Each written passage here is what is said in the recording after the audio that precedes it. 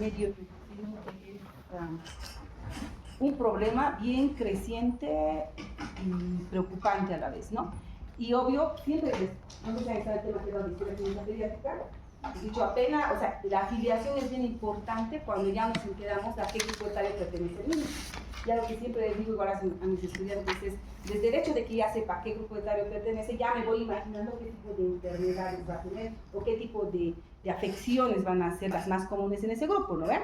Y siempre les digo, el neonato, por ejemplo, no va a venir a consultar por una crisis de asma, no va a venir a consultar por una laringitis, por una bronquiolitis. El neonato no hace ese tipo de cuadros. En cambio, el niño pediátrico, pues sí, y el adolescente ya igual. Sus posibilidades de tipos de enfermedad son muy diferentes a los dos anteriores grupos. Y por ende, igual, ¿no? Las intoxicaciones, ¿en qué grupo etario van a ser más frecuentes?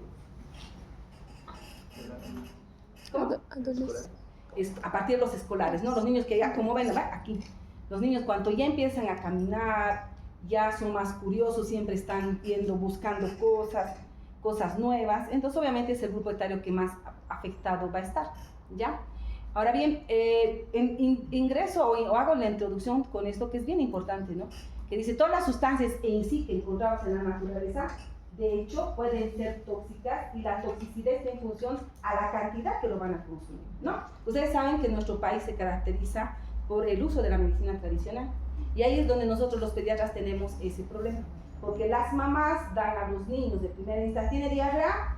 Ahí van con sus mates, si tiene fiebre, ahí van con sus mates, pero últimamente se ha convertido en algo más común. Antes sí, yo me acuerdo que siempre nos han dado los matecitos y demás, pero eran mates como que inofensivos, nos daban manzanilla, malva, pero hoy en día usan cada barbaridad que ustedes no tienen idea para la diarrea, usan el muni, usan el amor seco, usan, una vez ha sido el colmo porque realmente le han dado esa tierra del cementerio al niño, o sea, así cosas realmente escalofriantes que hacen que al niño obviamente lo intoxique, ¿no? Entonces obviamente cualquier sustancia, cualquiera, es dosis dependiente, ¿no es cierto? Igual el paracetamol, ustedes saben, un medicamento que usamos para bajar la fiebre o el dolor, si lo usamos en dosis exageradas va a ser tóxico, ¿no? Entonces por eso es bien importante saber que la naturaleza encuentra, solo en sí, la naturaleza misma, y hablando de los mates específicamente, pues van a ser potencialmente venenosos según la dosis ingerida, ¿no? Y obviamente la exposición a este tipo de lesión, a este tipo de sustancias, pues va a causar lesión o muerte y es realmente un problema significativo hoy en día, desde los niños lactantes hasta los adolescentes, unos de manera incidental y otros de manera muchas veces autolítica, ¿no? Entonces fíjense, la intoxicación obviamente puede ser potencialmente fatal y es por eso que hay que tener cuidado con eso. ¿Qué pasa? ¿Cómo es que estas sustancias van a producir muerte en el niño? Muchos de ellos producen depresión respiratoria y obviamente por asfixia se van a morir o por insuficiencia respiratoria. Otros producen convulsiones, otros producen hipotensión, esto hablando sobre todo si en la casa tenemos papás cardiópatas, hipertensos, usan muchas veces bloqueadores de los canales de calcio y si el niño ingiere esto pues le va a dar hipotensión, le puede dar arritmias y la depresión del sensorio también es otra causa pues que puede llevar a la muerte, porque obviamente deprime el sensorio, ¿qué va a pasar? Va a dejar de respirar y igual va a ir a un paro respiratorio, igual va a fallecer. Entonces, las sustancias tóxicas pueden dar muerte a través de depresión respiratoria, convulsiones, hipotensión, arritmias y deterioro del sensorio, ¿sí? Entonces, grupos, menciono aquí al grupo neonato, obviamente que no, y si el neonato ha ingerido algo, eso ya tenemos que pensar que la mamá, obviamente que la mamá le ha dado algo para que el niño fallezca. Lo mismo con los que no caminan, ¿no es cierto? Si el niño no camina, obviamente está intoxicado, pues ¿quién ha sido la autora? Obviamente los cuidadores, y hoy en día están viendo que desgraciadamente es algo triste que vemos, ¿no? Entonces tenemos que estar atentos a todo eso. Obviamente los niños, ya les he dicho, ¿no? Por ser tan inquietos, y sobre todo los varoncitos, ¿no? Más traviesos, más curiosos, que andan buscando todo, pues, y no más que todo es eso, el deseo de aprender, explorar, ver cosas nuevas, es que los preescolares o los niños menores de 5 años son presa fácil de las intoxicaciones, pero de manera accidental. Es el grupo más numeroso, obviamente, también, y ven, no lo digo de en vano, son los varones los que más frecuentemente van a tener este tipo de accidentes. La mayoría ocurre en el hogar, ¿no? Pues sí, ¿dónde están las cosas? En el hogar. Y los tóxicos suelen ser conocidos, esa también es una ventaja, porque si sabemos que ingerido va a ser más fácil el poderlo manejar. Y los productos de limpieza del hogar son los que mayormente son los más comunes, ¿no? Que van a producir intoxicaciones. ¿Ok? En los adolescentes, la mayor parte de las veces lo ingieren voluntariamente. Hoy nosotros hemos tenido de todo, sulfato ferroso, paracetamol y todo tipo de cosas que se andan tomando y obviamente con intentos suicidas. Aquí sí, las que como que ya van a este tipo, las mujeres tienen más predisposición a este tipo de incidentes, obviamente está fuera del hogar y el tóxico no siempre es conocido, esa es la pena, ¿no? No siempre sabemos qué ha ingerido porque se compra, él está en la calle, pues compra lo que le dicen y obviamente eso es lo que va a pasar.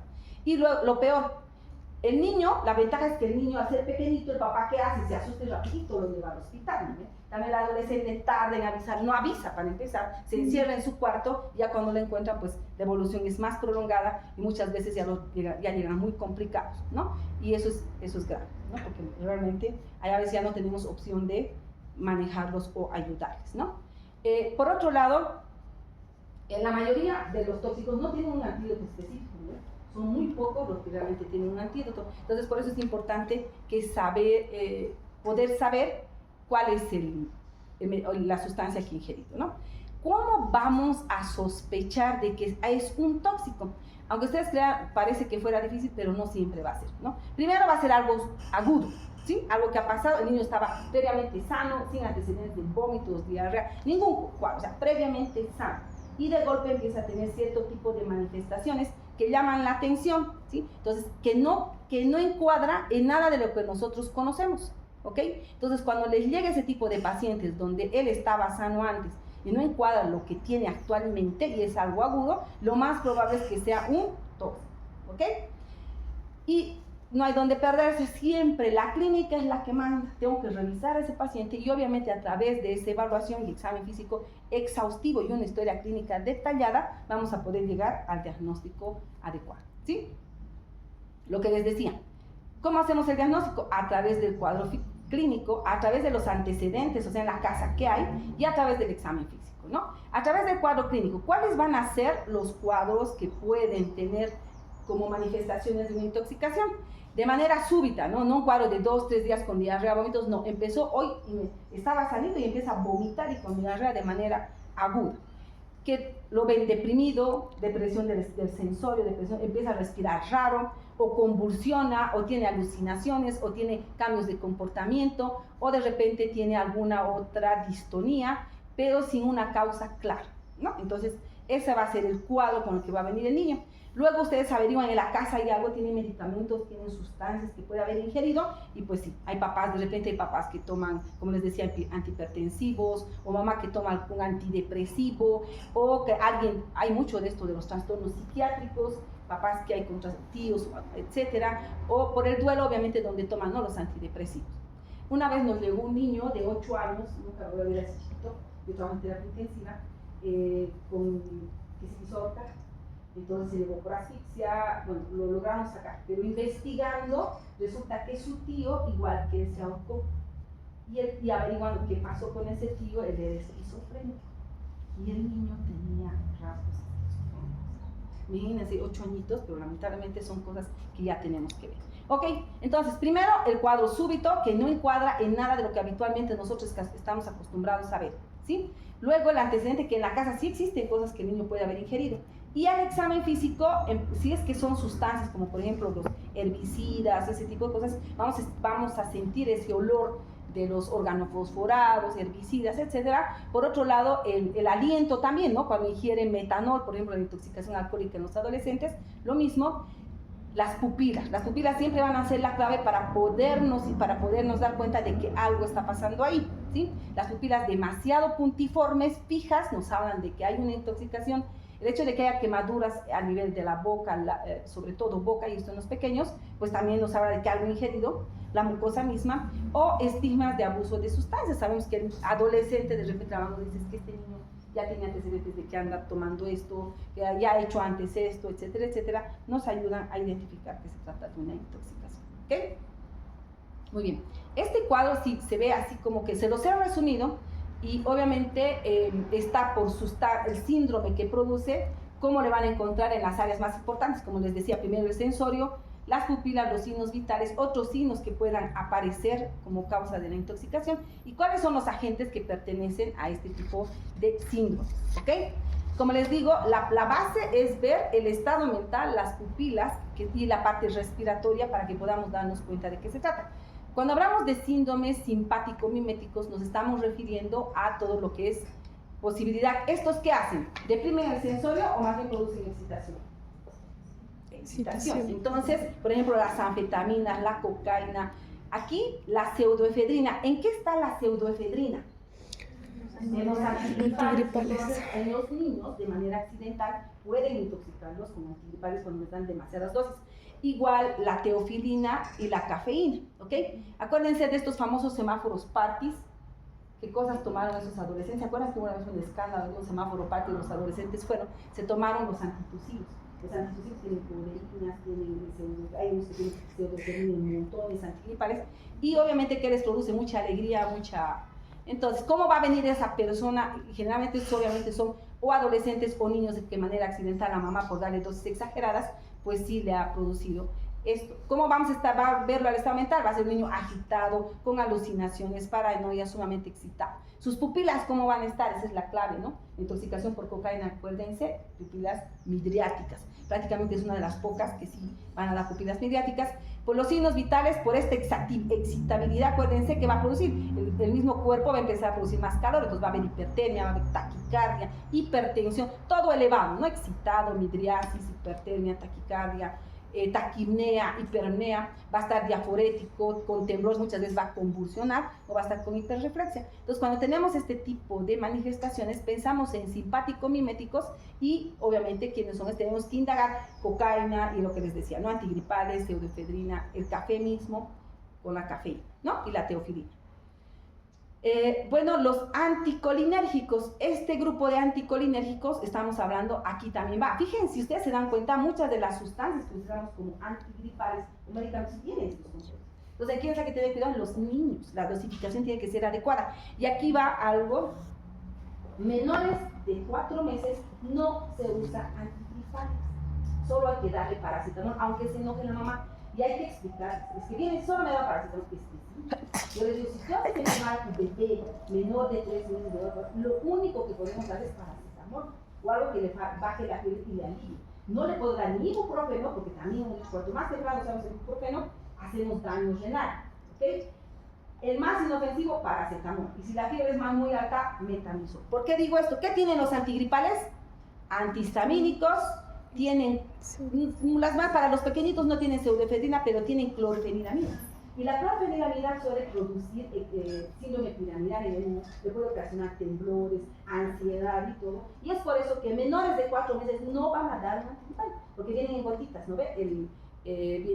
Hay el Triobal, hay ¿qué se llama este otro? Varios antigripales en gotitas para niños. Entonces, esos no, ¿ya?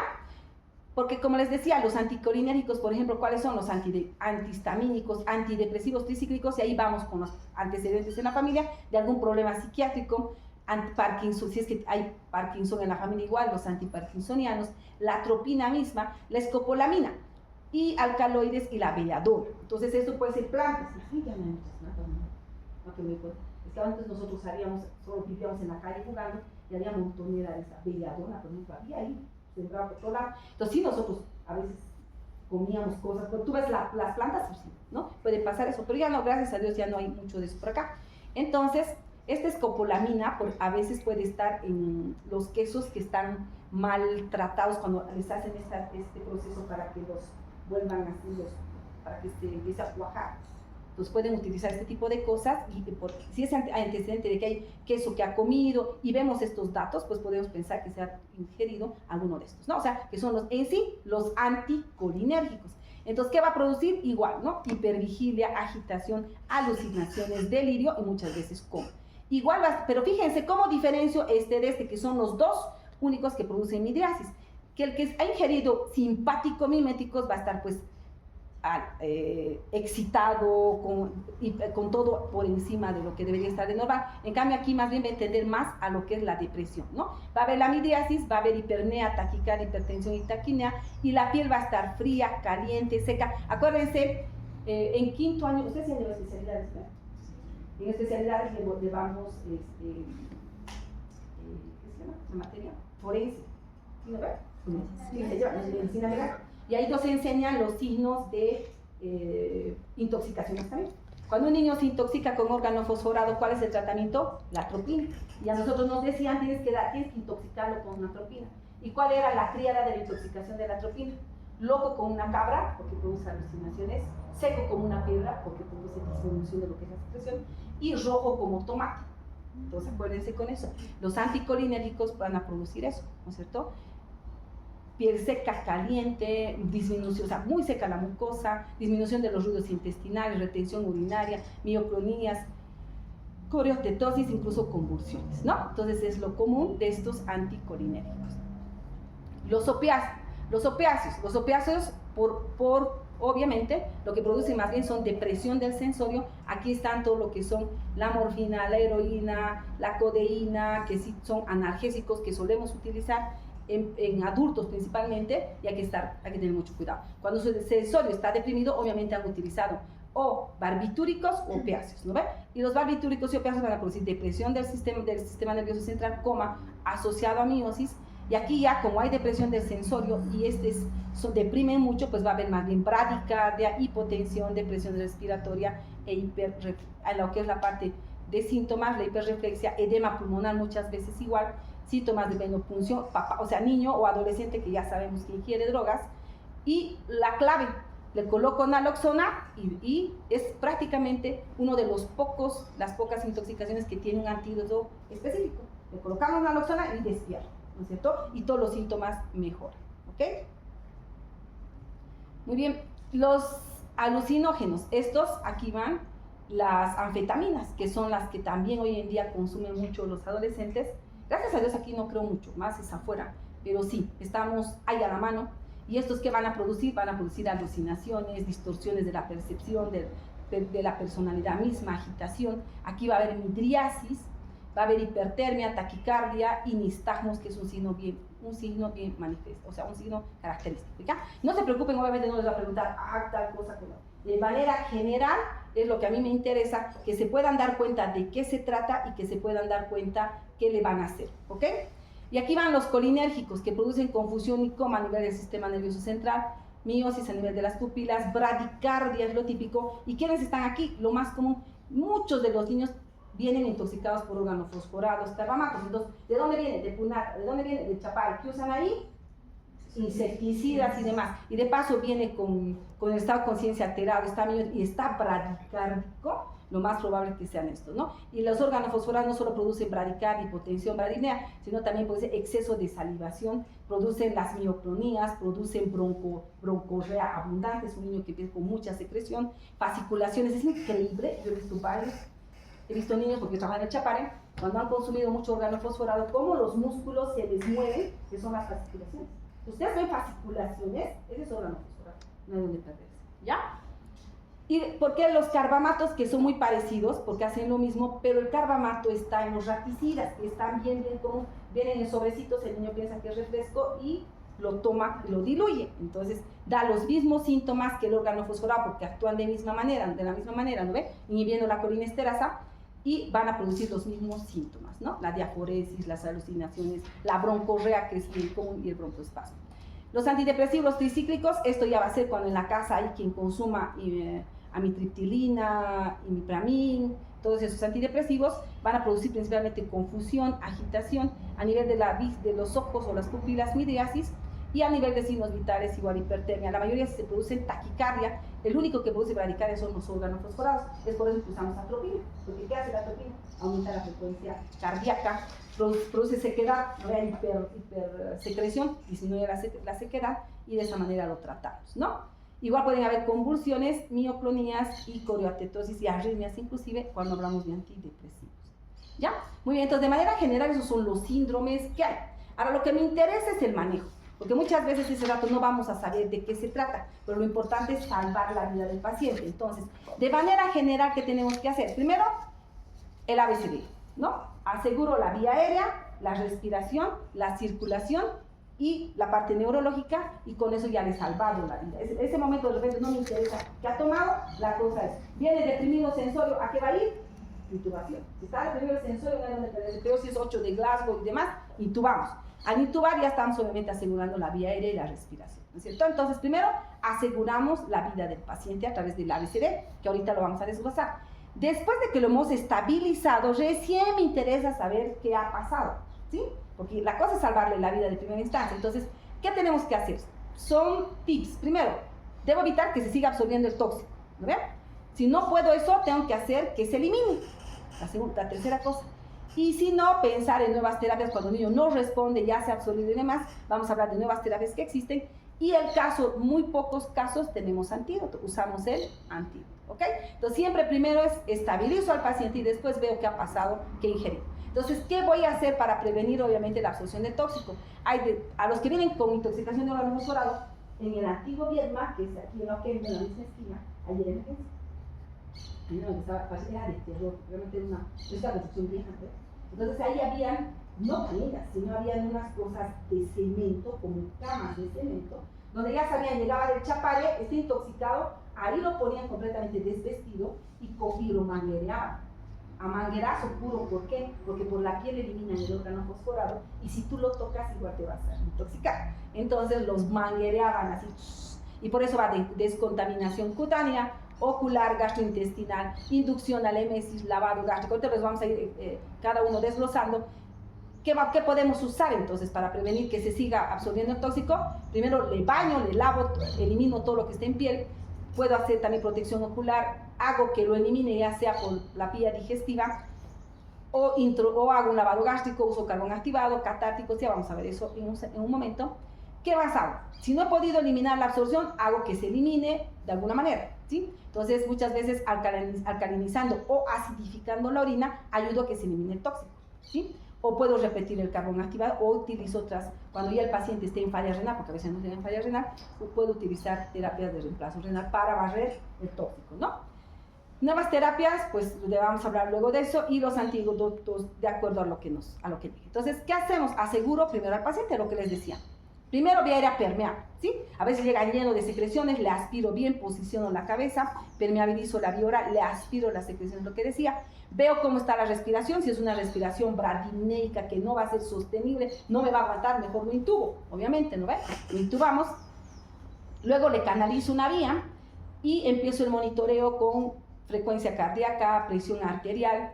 El acceso venoso obviamente me va a dar lugar a que yo le pueda introducir líquidos, ¿no es así? Y luego veo que son las pupilas para ver frente a qué estoy. Si son pupilas mióticas, si son pupilas midriáticas, si son anisocóricas. Obviamente en una intoxicación difícil que haya anisocoria, ¿no? En las intoxicaciones se han visto o es miosis o es midriasis. Si hay anisocoria, ¿de qué nos habla?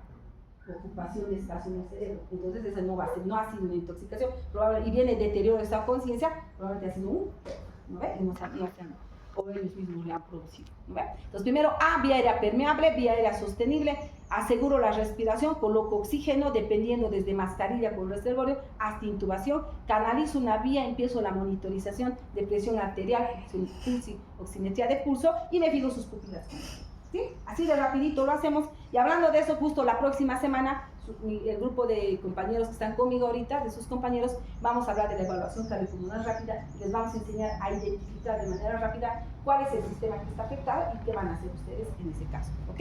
Muy bien, entonces, ¿cómo prevenimos que se absorba el tóxico? Primero, si estamos en un lugar donde ha sido lo que son incendios, los tenemos que sacar de ahí para permitir que se ventile el paciente. Hay que limpiar la parte de la piel que ya hemos dicho, ¿no es cierto?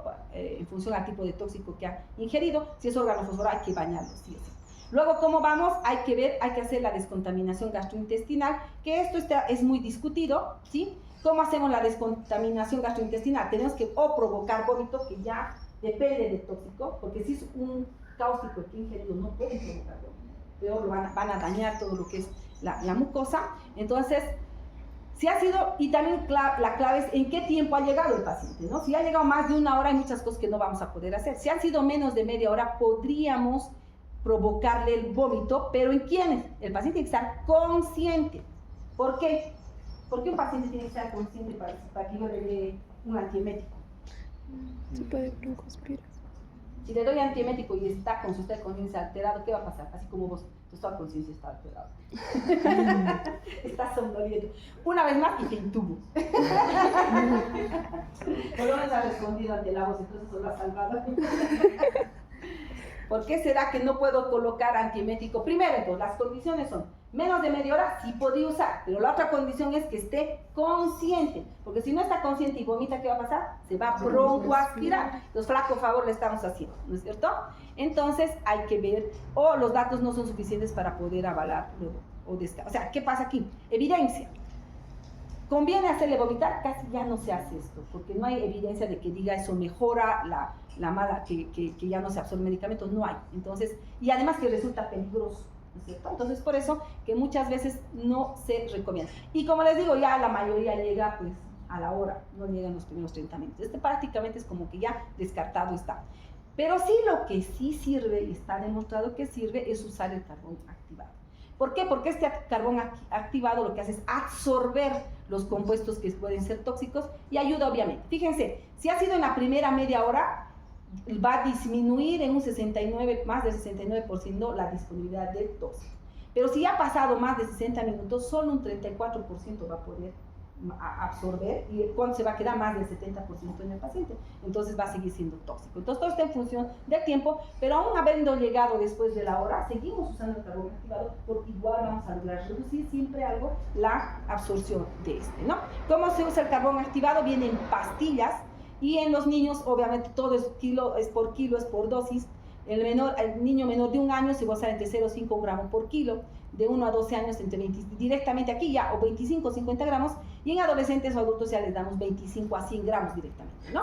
No es por kilo ya acá. Entonces, a partir del año ya usamos entre 25 a 100 gramos en el niño, ¿no?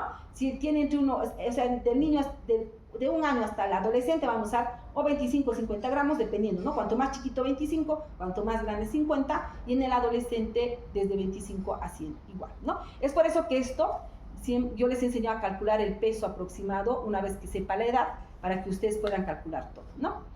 ¿Cuándo está contraindicado? Cuando la vía aérea no está protegida. Entonces, si ese paciente está inconsciente, respira mal, lo intubo, recién le coloco la sonda nasogástrica y empiezo con el carbón activado. Antes no, porque si esa vía aérea no está protegida y lo introduzco y él vomita, igualito se va a ir todo al pulmón, ¿no es cierto? Primero, el tracto gastrointestinal también tiene que estar indemne, porque si no está indemne, ha ingerido un álcali, ¿saben que ya le ven la boquita con trozos de quemadura? No se utiliza, ¿no? Y sustancias que enlentecen la motilidad, por ejemplo, ha ingerido bloqueadores de calcio, antidepresivos tricíclicos. En eso se está contraindicado, porque ese carbón se va a quedar ahí y vamos a producir más provecho, ¿ya? ¿Cuándo hacemos el lavado gástrico? Lo mismo. Fíjense, la evidencia ha mostrado que le hagas o no el lavado gástrico, o sea, que tú le laves, no mejora el pronóstico. Y a veces empeora, ¿no ve? Porque se broncoaspira. Entonces, porque dicen, miren, hay mayor incidencia de aspiración, de broncoaspiración, obviamente, y no hay evidencia de que mejore el pronóstico cuando yo le hago el lavado gástrico. Mejor es usar solamente el carbón activado, ¿ok? Entonces, ¿en qué sustancias están indicadas? Ahí sí. Por ejemplo, no puedo usar, acuérdense, carbón activado en antidepresivos tricíclicos. Entonces, sí puedo hacer en eso. Además, yo le puedo tener que hacer lavado gástrico, ¿ok? ¿Qué complicaciones pueden dar? Si usas mal, en los niños, si son chiquititos, acuérdense, son respiradores nasales, podemos hacer que produzca hipoxia, ¿sí? Perforación gástrica muchas veces cuando utilizan esos rígidos y no saben usarlos. Y obviamente esto, si se perfora, pues vamos a dar a infección, ¿no es cierto? Vamos a dar lugar a infección. Entonces, prácticamente el lavado gástrico solo estaría indicado en antidepresivos tricíclicos, si se dan cuenta, ¿no? Después en el resto, no. Ok, el antídoto. Luego de haber hecho todo lo anterior, sabemos que no muchos tienen antídotos, entonces, ¿quiénes? Si es un opioide, naloxona, la dosis va a ser 0,01 miligramos por kilo. Cuando las benzodiazepinas, lo que les decía, muchos tienen en la casa el diazepam, tienen cualquier antidepresivo, mejor dicho, benzodiazepinas para poder dormir, y ahí podemos usar flumazenil, y el órgano fosforado, la atropina. Entonces, fíjense, solamente 3 prácticamente tienen antídotos: los opioides, las benzodiazepinas y los órganos fosforados. El resto no tenemos, ¿sí? Muy bien, específicos, la cocaína, esto ya lo hemos visto, lo vamos a ir pasando. Sí, lo más común en adolescentes que vemos aquí, la cocaína. ¿Cómo va a estar? Hemos dicho, va a estar sumamente irritable, va a estar más que irritable, su estado de ánimo bien alterado, va a estar happy, va a estar alucinando, va a tener hipertermia, va a haber vasoconstricción. La cocaína, ¿qué puede producir? Infarto, ¿no? Por vasoconstricción coronaria. Va a tener dolor torácico cuando ha ingerido demasiado. Entonces, si tiene dolor torácico y está happy, puede ser que haya sido, obviamente, cocaína, ¿no? Arritmias, cocaína, ¿sí? Entonces, ¿cuál es el tratamiento? Siempre, ¿no? El ABCD. Le coloco oxígeno, aseguro la vía aérea, hago un electrocardiograma, empiezo monitoreo, canalizo vía y empiezo monitoreo con el electrocardiograma para ver si hay arritmias y tratar las arritmias. Se coloca benzodiazepina para tranquilizarlo, sedarlo y evitar todo lo que hemos arritmias, sobre todo, y todo lo demás que hemos mencionado. Y podemos usar inclusive nitroglicerina por lo que produce vasoconstricción coronaria y sí para evitar el infarto, ¿no es cierto? Aspirina o heparina igual para evitar los trombos que puedan producirse por esta droga. Y obviamente nunca hay que administrar beta bloqueadores. ¿No? Estas son generales. Los antidepresivos tricíclicos, la clave para saber cómo sé que es un antidepresivo tricíclico o bloqueador de calcio, tenemos las 3 Cs y una A. ¿Cuáles son esas 3 Cs? C, coma o convulsiones, ¿sí? La otra C, problemas cardíacos, o sea, arritmias, ¿sí? Y la A, acidosis e hipotensión, o sea, acidosis metabólica que va a producir. Entonces ahí va, ¿no? Las 3 Cs, coma, convulsión, problemas cardíacos y A, la acidosis. Y con eso hemos identificado que es un antidepresivo tricíclico. Estos tienden a ser edema agudo de pulmón, entonces va a ser un niño o una persona con problemas respiratorios, desaturando, le auscultan a trépitos, que son signos de edema agudo de pulmón. Y obvio, por ende, hipoxia, ¿no es cierto? Igual, ¿cómo hacemos? Vía aérea siempre, primero buena oxigenación, electrocardiograma, si hay arritmias las tratamos, si hay shock le ponemos líquidos. El bicarbonato, como hay acidosis, acuérdense, hay acidosis, usamos bicarbonato, si está indicado, y si hay hipotensión, cargas para mejorar el gasto cardíaco, el volumen, y mejorar de esa manera la presión. Si no mejora con esto, tenemos que usar vasopresor, ¿no? Eso es muy específico, ¿no? Los opioides, ya hemos dicho, ¿no? Codeína, morfina, metadona, igual. ¿Cómo nos damos cuenta que hay una triada para los opioides? Igual. ¿Cuál es esa triada? Va a haber depresión del sensorio, las pupilas puntiformes, ¿sí? Y depresión respiratoria. Entonces, esto nos habla de que el paciente ha ingerido un opioide, ¿ok? Eso es de manera general. Ya sabemos cuáles son los opioides. Igual, oxigenación, siempre la primero, ¿no? Vía aérea, oxígeno, electrocardiograma si es que hiciera arritmias, y sí tiene antídoto. Si ese opioide, ¿qué le hacen? Naloxona. Y con eso le hemos salvado la vida. Pero obviamente hasta que consigan la naloxona, lo intubo, le ponemos oxígeno y le canalizo una vía. ¿Ok? Ahora vamos a ver este casito.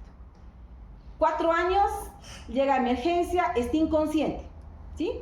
Tiene pobre esfuerzo respiratorio. La madre ya lo ha encontrado en el piso, y tiene pobre esfuerzo respiratorio, ¿no? Está deprimido el esfuerzo, y tiene 4 añitos más de paso, ¿no? Toda la mañana había comido rosetas de maíz, dice, media hora antes de que apareciera la dificultad respiratoria, ¿sí? Cuando le hacemos la evaluación, ¿qué tiene? 64 para un niño de 4 años es una frecuencia cardíaca normal. Pues ya tenemos ahí depresión del sensorio, tenemos bradicardia, ¿sí? Tenemos hipertenía muscular, dice en el examen físico, las pupilas están mióticas y obviamente la parte respiratoria está alterada, como ya hemos dicho. Entonces, depresión de sensorio, pupilas mióticas y tendencia a la bradicardia. ¿De qué se tratará? Opioides. Exacto. Vamos. Conciencia deprimida, dificultad respiratoria, pupilas mióticas, nos habla de opioides, ¿no es cierto? ¿Cuál es el tratamiento? Naloxona. ¿Sí? Pues, ¿qué le hacemos? Naloxona. Primero siempre, obviamente, la vía aérea, el monitoreo y usamos la naloxona como método. ¿Sí? Eso sería todo. Obviamente les digo, no se van a memorizar, me van a preguntar, y estos son los síntomas generales. A mí me interesa que sepan cuándo estoy intoxicado, que probablemente sean las medidas generales que hay que utilizar para salvarle la vida. ¿Sí? ¿Estamos? Ya, muy bien. ¿Dudas, preguntas? El martes nos vamos a ver con el